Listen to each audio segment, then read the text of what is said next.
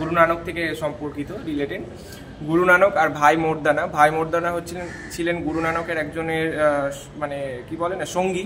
তিনি গুরু নানকের প্রত্যেক যাত্রাতে গুরু নানকের সাথে ছিলেন। তো ওনারা উত্তরাখণ্ডের কোনো একটা জায়গায় ভ্রমণ করছিলেন। সেই সময় প্রচুর ক্লান্ত, তৃষ্ণায় কাতর হয়ে তারা একটা গাছের তলায় আশ্রয় নেই।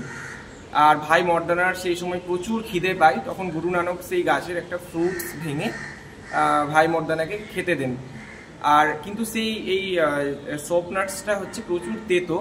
কিন্তু বর্ণিত আছে গল্পে যে গুরু নানক যখন যেই জায়গাটি স্পর্শ করেছিলেন আর ভাই মর্দানাকে খেতে দিয়েছিলেন, সেই জায়গাটি মিষ্টি হয়ে গেছিল, মানে সেই দিকটি, আর অন্য দিকটি আবার তেতোই ছিল। তো এই ঘটনার একটা রেফারেন্স আমি বলতে চাই যে এই ঘটনার পরিপ্রেক্ষিতে উত্তরাখণ্ডে একটা এই সোপ নাটস গুরুদুয়ারা, মানে রিঠা গুরুদুয়ারাও আছে, যেটা তোমরা ভিজিট করতে পারো। আর এটার একটা অলৌকিক ঘটনা, যেটা শিখ কমিউনিটিরা এখন অবধি এটাকে মানে প্রাইডের সাথে বলে, আলোচনা করে।